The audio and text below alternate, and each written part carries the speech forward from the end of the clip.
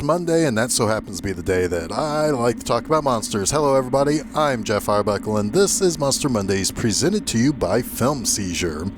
This week, I am going to talk about Rebirth of Mothra II from 1997. This is the second of three Mothra movies that came out in the Heisei period. This was kind of... and I mentioned this when I covered the first Rebirth of Mothra back in September of 2020. This was kind of Toho not really giving up on the monster movies, on the kaiju movies, even though they had completed the 11-year Heisei era Godzilla films. And in these movies,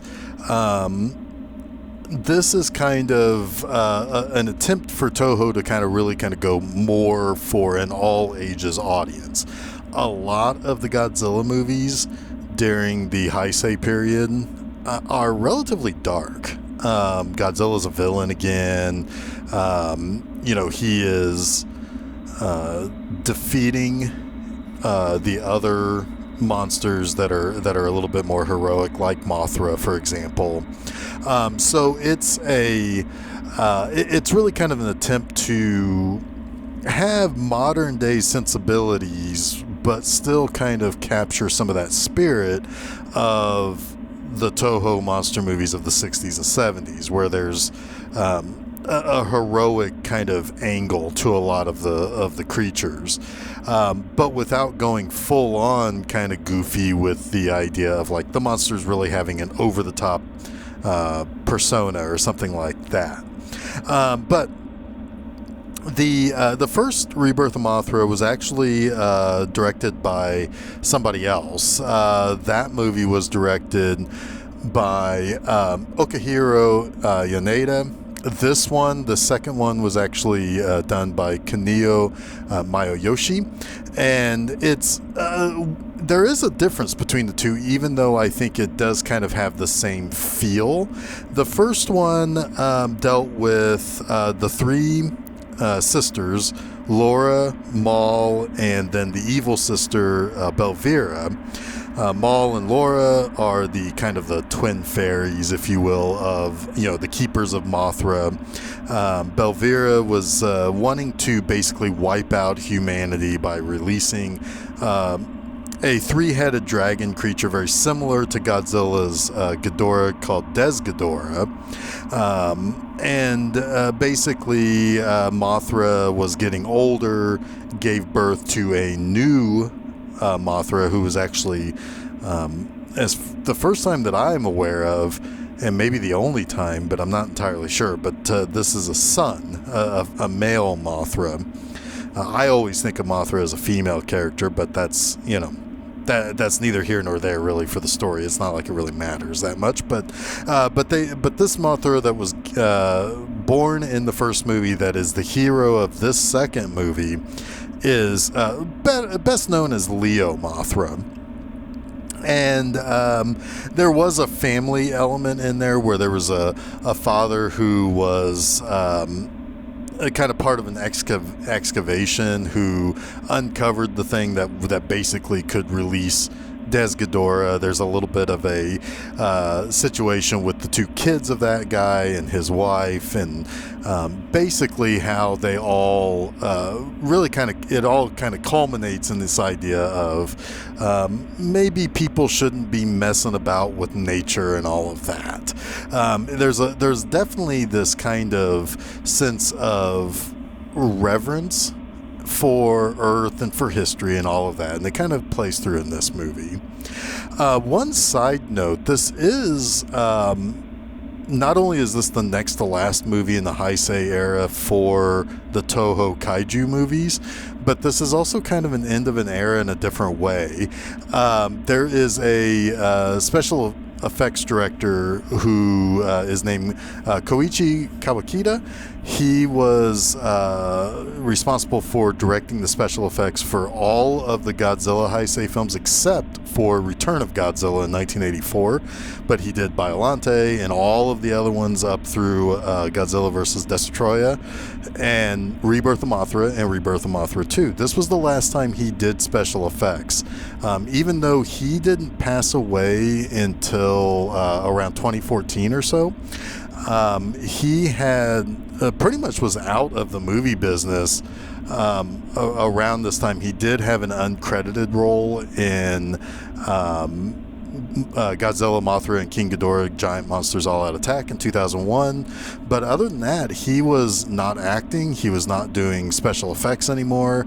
And he goes back as far as being an assistant director of special effects all the way back to 1971 with Godzilla versus Hedorah. So, you know, he was around. And this was his last time doing the special effects for one of Toho's monster movies. So in a way, it's also kind of an end of an era there, even though there's still one more movie left, not just in this trilogy and in the Heisei era, but also in,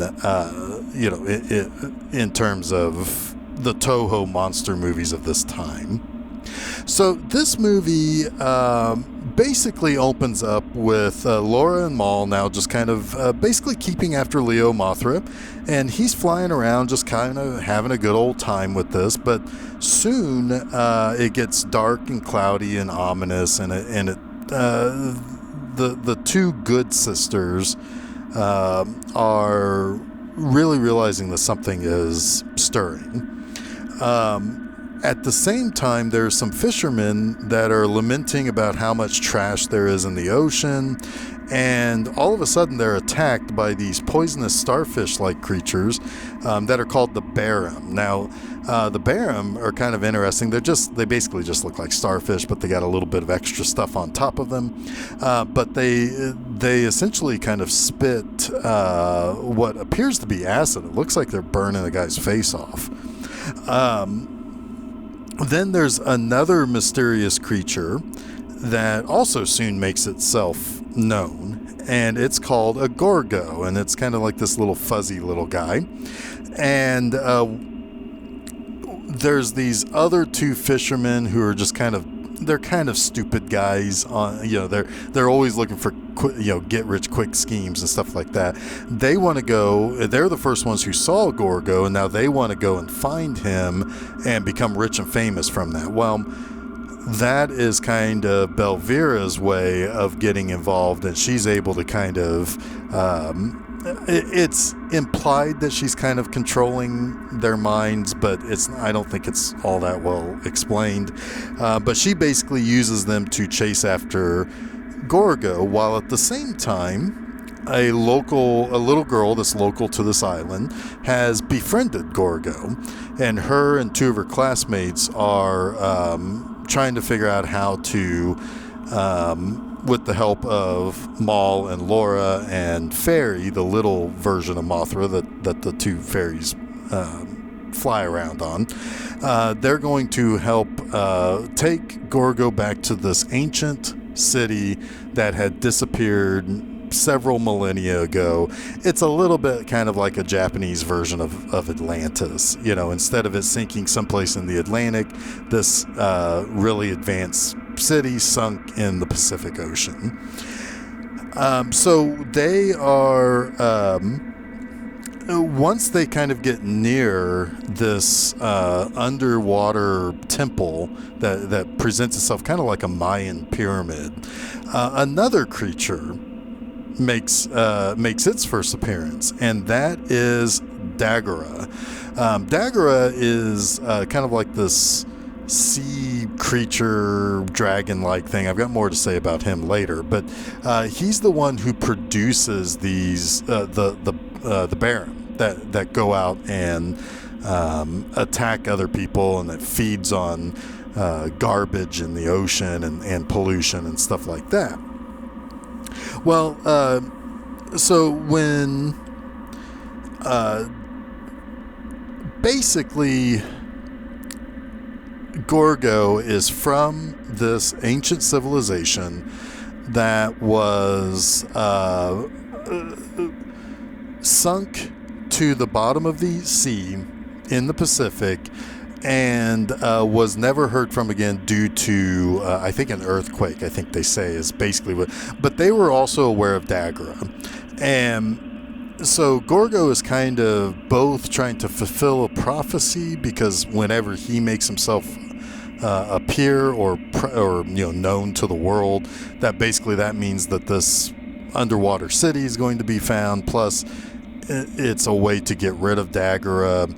And so ultimately all of our primary cast of characters end up in this temple where Belvira is after a ancient treasure, and Maul and Laura and the kids and Gorgo are basically there to I guess kind of figure out Gorgo's purpose in the long run.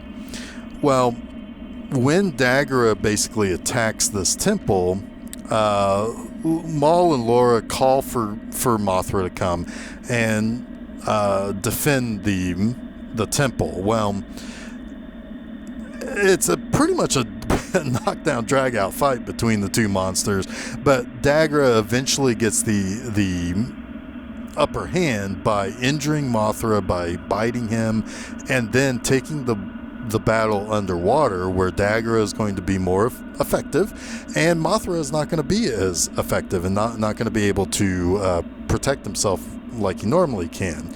I mean, he is a giant moth. It's not like moths are really well known for being underwater creatures.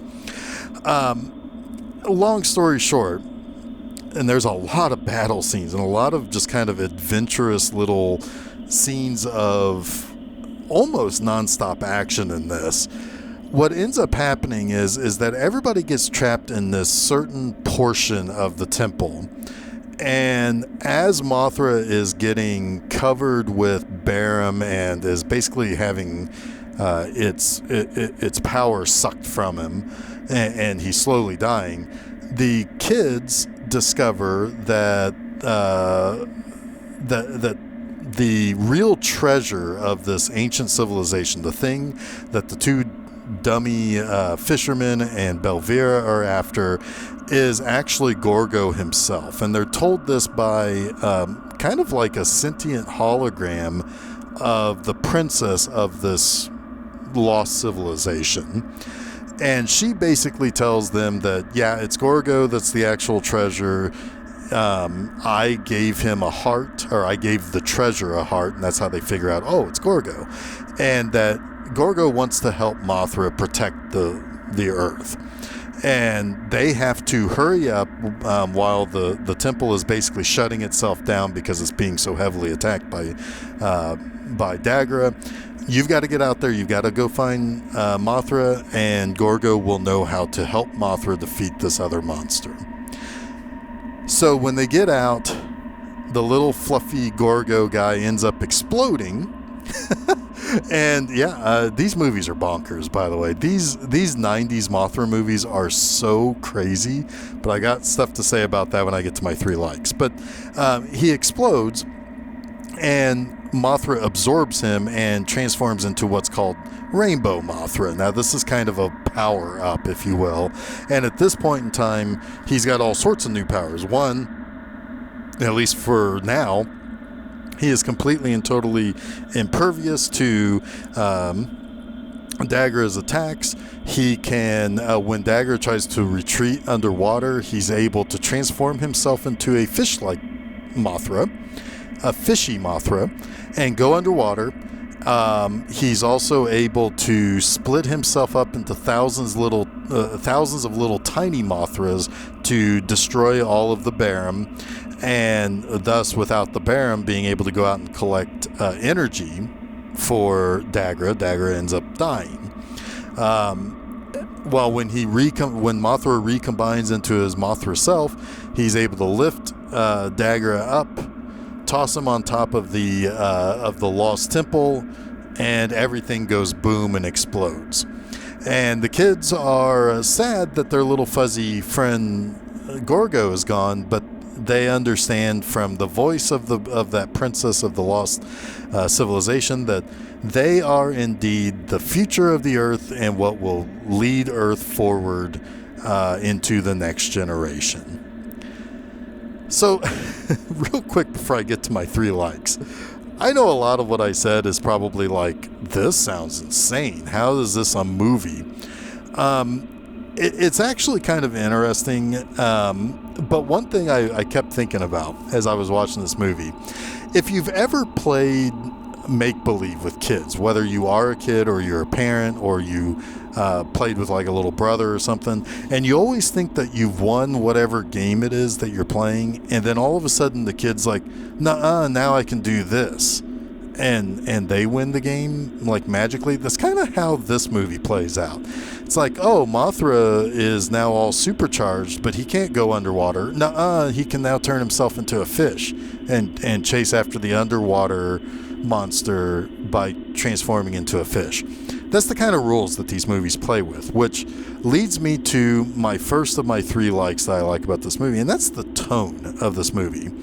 This movie is, like I said, it was kind of part of this trio of movies that after these really, really dark Godzilla movies that were mostly made for adults, Toho was making these movies for kids. In a way, it's a straight up adventure fantasy movie. In a lot of ways, there's an element of like Indiana Jones in there, where you're finding this lost temple. In another regard, it's a lot like Goonies, in which these kids are on this on the search for a treasure, and they have these 2 dummy bad guys that are chasing them. And in a lot of ways, it's like a cartoon. But also in a lot of ways, you have like that power-up system that was very common in a lot of Japanese things. Some of the creature design or some of the way that the film is shot and the effects are done remind me a lot of like Power Rangers and all of that stuff that came from Japan originally from the 70s, and I think it's still going on today. There's a different... I think they're called Zhu Rangers or something like that. But anyway, they are, they're still going today. But then also you have that power-up system, kind of like the Pokemon stuff, that very Japanese, something that I think by this time would have been in existence, or at least getting ready to be. And the idea that a creature can evolve to fit whatever obstacles that creature is going to come across as it experiences life. It's a very Japanese and in a way very cartoonish movie, which makes the movie, the tone, a really fun one. It keeps everything nice and bright. Like I said, with the Godzilla movies being dark, I'm not just meaning that in tone. A lot of the stuff was scary. It was taking place at nighttime. It's a monster movie. These movies are very bright and kind of fun, and you never once think, oh, Mothra is going to die here because, Godzilla is going to blast it with his atomic breath. No, instead what you have here is you have Mothra being a very cartoonish and very all ages in that way. So this is a movie that you could very easily have little kids sit down and watch and not be scared of. And my second like is Gorgo himself, because it's this kind of ridiculous little furry creature that does not feel like it should fit in this movie, because it basically is a cross between the Furby type of toy, where it's kind of this egg-shaped fuzzball with eyes. And it's also a little bit like Porgs from Star Wars, right? It's these kind of characters that don't really necessarily feel like they fit in this universe, but they do, and they're very kind of stupid cute. Like, you kind of hate yourself for thinking that this thing is very cute. The one good thing it does is it doesn't make itself annoying. It's not constantly making noises. It's got its purpose. It needs these kids to kind of help fulfill its purpose, and it doesn't do anything to wear out its welcome. But it's this kind of also very, you kind of almost hate yourself for how much you think this little goofy fuzzball with eyes. How cute it is. And then my third like is the opposite side of that, and that's Daguerre. This thing's actually kind of creepy. Not to mention that the barium that it releases melts people's faces and stuff. But Daguerre is kind of a four-legged creature. It has wings, so it can fly, and it can also shoot projectiles out of its body. But the wings make it look like a little bit like a stingray in its, in like its silhouette. But it also, when it's kind of sitting up, it also kind of looks like the hood of a cobra. And then it also is very dragon-like, where you can see in its face it almost has some like Godzilla or Ghidorah kind of features with its sharp teeth, its more lizard-like features. So it's a really interesting and very kind of bulky design that really does present a danger to it, but without being overly scary. Like, you can look at that thing and say that's a bad thing, but you're not really scared by it, which is not a detriment to the tension of the movie or to this creature or anything like that. It's just kind of an interesting way that they continued to make this as much of a kid-friendly movie and product as they possibly could. Well, that wraps up this week's Monster Mondays. Now, don't forget to check out new episodes of Film Seizure every Wednesday morning, and a new installment of Monster Mondays each Monday afternoon on FilmSeizure.com. You can also find both Film Seizure and Monster Mondays in places where podcasts are found, like SoundCloud, Apple Podcasts, Google Podcasts, Stitcher, TuneIn, Spotify, and through Audible on Amazon. Additionally, you can hop on over to Facebook and Twitter to follow us by just searching for Film Seizure. And while you're at it, head on over to my website, bmovieenema.com, and you can read a new text review each and every Friday morning. You can also follow B-Movie Enema on Facebook and Twitter. You just search for that exactly, B-Movie Enema. And while you're at it, you can go over to the B-Movie Enema YouTube page and follow the channel there, where you can find episodes of me hosting a movie on B-Movie Enema, the series, and I'll be getting ready for season number 2, which starts this September. So until next week, everybody, stay spooky.